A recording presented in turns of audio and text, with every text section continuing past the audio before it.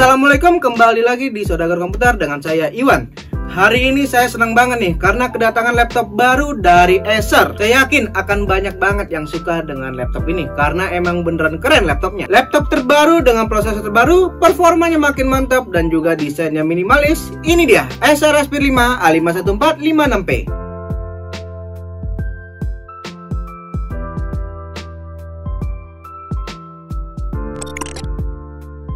Kemarin kita sudah review adiknya, yaitu Acer Aspire Lite 14. Laptop mantap dengan harga 5 jutaan aja. Buat kalian yang belum nonton bisa klik link di atas ini. Dan sekarang kita review kakaknya, yaitu Acer Aspire 5. Tapi yang terbaru ini beda nih. Selain spesifikasi yang makin bagus, desainnya makin bagus dan juga minimalis banget. Dan untuk harganya, ketika saya syuting di tanggal 15 Maret 2024, harganya di 8 jutaan aja. Tapi percaya sama saya, dengan harga segitu laptop ini worth it banget. Dan untuk menjawabnya sekaligus supaya kita nggak penasaran, langsung aja kita bahas. Kita mulai dari prosesornya. Untuk prosesornya, dia pakai Intel Core i5 1335U dengan teknologi Intel 7, punya 10 core dengan rincian 2 performance core dan 8 efisiensi core.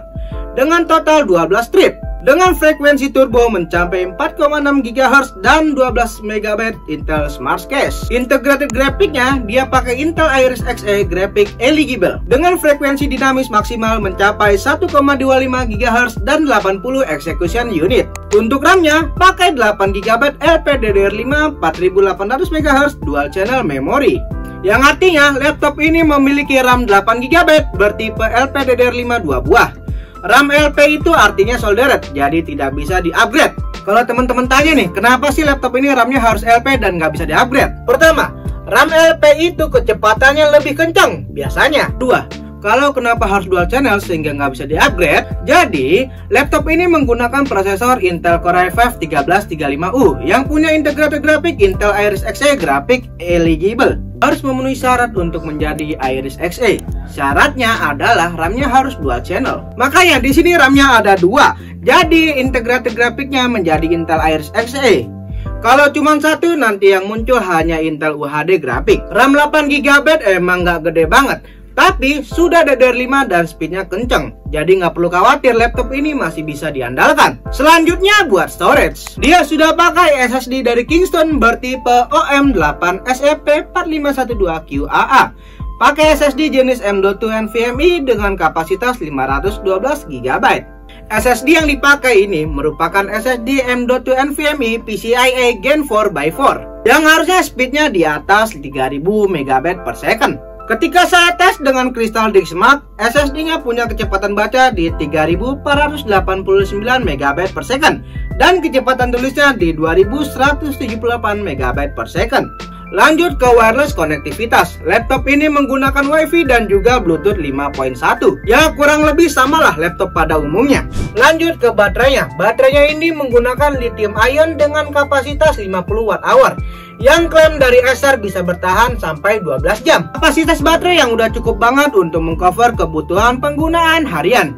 Jadi saya rasa udah cukup banget nih. Selanjutnya kita ngomongin soal desain dan aspek-aspek pendukungnya. Laptop Acer Aspire 5 ini memiliki tampilan lebih kece dengan desain yang sangat baru. Desainnya nampak premium, warnanya bagus, dan finishingnya ini beneran bikin kelihatan mewah, terlihat sangat premium. Apalagi di bagian covernya ada logo Acer, tapi kecil aja di bagian atas, jadi nggak norak-norak gitu, kelihatan minimalis. Desain yang cocok banget untuk tampil kelihatan lebih keren di sekolah, kuliah, perkantoran, atau tempat umum lainnya. Plus laptop ini ringkas dan cukup enteng. Panjang 31,4 cm, lebar 22,5 cm dan tebal 2 cm.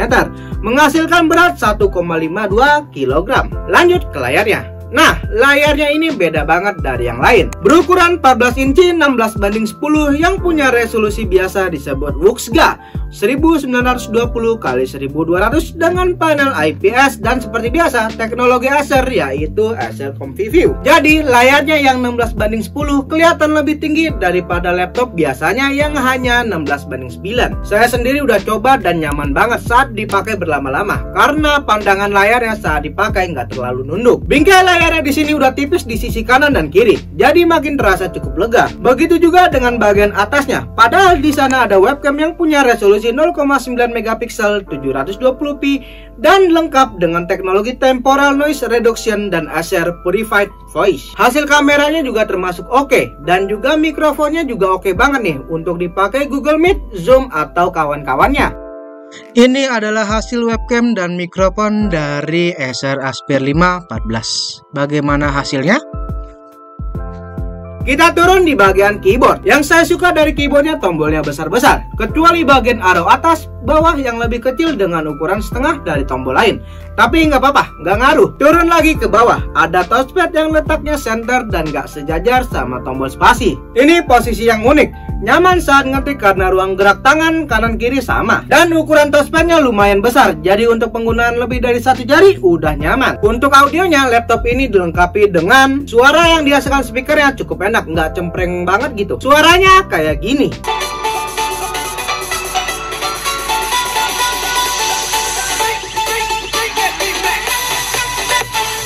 Oke, kita lanjut ke bagian port dan konektivitasnya. Di sebelah kiri ada satu DC in atau lubang charger, HDMI dan USB 3.2 Gen 1 Type A. Di sebelah kanan ada satu USB 3.2 Type A dan audio combo jack. Dan karena saya harus objektif, disinilah letak kekurangannya. Menurut saya pribadi, port dan konektornya terlalu dikit. Ada dua port yang penting menurut saya tapi absen di laptop ini, yaitu port Type-C dan juga port Ethernet atau port RJ45. Tapi mungkin Acer punya alasan. Selanjutnya kita masuk ke performanya. Kali ini kita akan uji performa. Uji performa kali ini ada dua mode, yaitu mode normal dan juga mode performance. Yang pertama kita jalankan Cinebench R15 dan bakalan kita looping 5 kali dengan charger dengan kondisi mode normal. Running pertama kita dapetin skor di 1310 poin. Selanjutnya stabil berkisar 1270-an sampai 1390-an. Ketika menjalankan Cinebench R15 dalam kondisi normal, saat running tertinggi berada di 77 derajat Celcius dan terendah saat running berada di 70 derajat Celcius. Ini suhu yang adem sih, mantap. Lanjut kita ke Cinebench R20, kita looping 5 kali dalam kondisi charging mode normal. Skor yang kita dapetin cukup lumayan. Running pertama kita dapetin di 2841 poin. Untuk running tertinggi saat running kelima dengan 2818 poin. Skor terendah kita dapetin di running kedua dengan 2786 poin. Kestabilan dalam 5 kali looping, skor terus berada di atas 2000-an, yang artinya cukup stabil. Suhu saat running Cinebench R20 dalam kondisi normal ini terbilang adem. Suhu tertinggi berada di 79 derajat Celcius dan terendahnya berada di 60 derajat Celcius. Adem banget kan? Nah, tadi kita udah bahas di mode normalnya. Kali ini kita akan bahas di mode performanya. Kita jalankan Cinebench R15 dan bakalan kita looping 5 kali dengan charger dengan mode performance. Running pertama kita dapatin skor di 1356 poin. Selanjutnya naik turun berkisar 1900-an sampai 1356.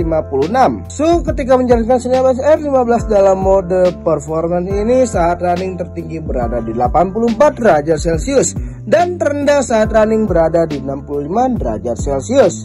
Ini suhu yang terbilang masih adem sih, mantap. Lanjut ke Cinebench R20, kita looping 5 kali dalam kondisi charging dan juga mode performance. Skor yang kita dapetin cukup lumayan. Running pertama dapetin di 2945 poin. Untuk running tertinggi saat running kelima dengan 3017 poin.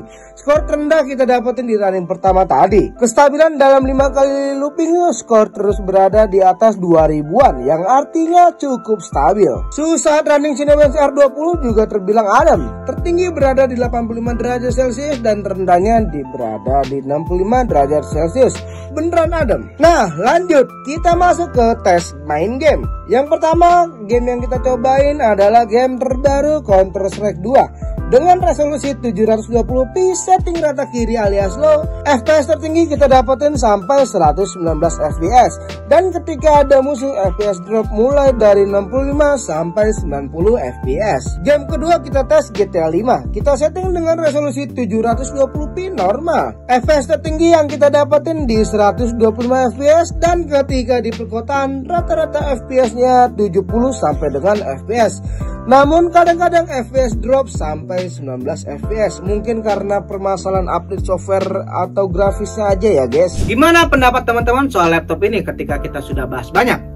Tulis di kolom komentar ya. Terakhir ini saya mau balas poin penting dari laptop ini. Pertama, laptop ini pakai prosesor yang bagus. Di kelas 8 jutaan sudah dapat laptop dengan prosesor yang punya i-core dan p-core-nya dengan 10 core dan 12 thread. Kedua, teknologi Acer. Yang saya suka dari laptop Acer ini adalah teknologi yang disematkan pada laptop-laptopnya, seperti Acer Comfy-View yang bikin layarnya lebih nyaman ketika dipakai lama, temporal noise reduction-nya yang bikin webcamnya bagus, dan juga Acer Purified Voice-nya yang bikin suara-suara berisik di sekitar nggak akan bener-bener nilai plus deh teknologi Acer ini. Ketiga, desainnya premium, slim, keren dan modern. Saya bener-bener suka dengan desain laptop Acer Aspire 5 ini. Looknya tuh premium banget, nggak terkesan seperti pakai material murah. Kayaknya ini adalah salah satu laptop yang keren banget di harga 8 jutaan. Buat teman-teman yang cari laptop yang murah, bagus dan keren, saya merekomendasikan laptop ini buat teman-teman. Buat link pembelian bisa cek di kolom deskripsi. Teman-teman bisa dapetin laptop ini di outlet Saudagar Komputer terdekat kalian atau bisa beli di website resmi kami di saudagarkomputer.com. Mungkin cukup sampai di sini. Saya minta maaf nih kalau misalkan ada kesalahan dalam penyampaian informasi. Terima kasih sudah menonton dan jangan lupa subscribe channel YouTube Saudagar Komputer gratis. Follow juga media sosial kami di kolom deskripsi. Sampai jumpa di video selanjutnya. Salam teknologi.